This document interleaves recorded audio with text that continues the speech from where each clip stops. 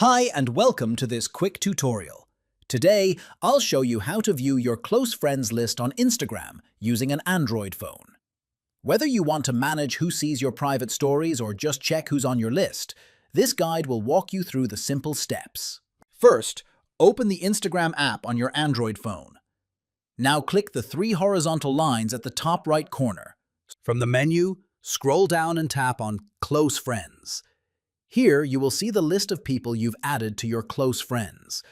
To remove someone, uncheck the box next to their name. To add someone new, use the search bar at the top, type their name, and check the box next to it.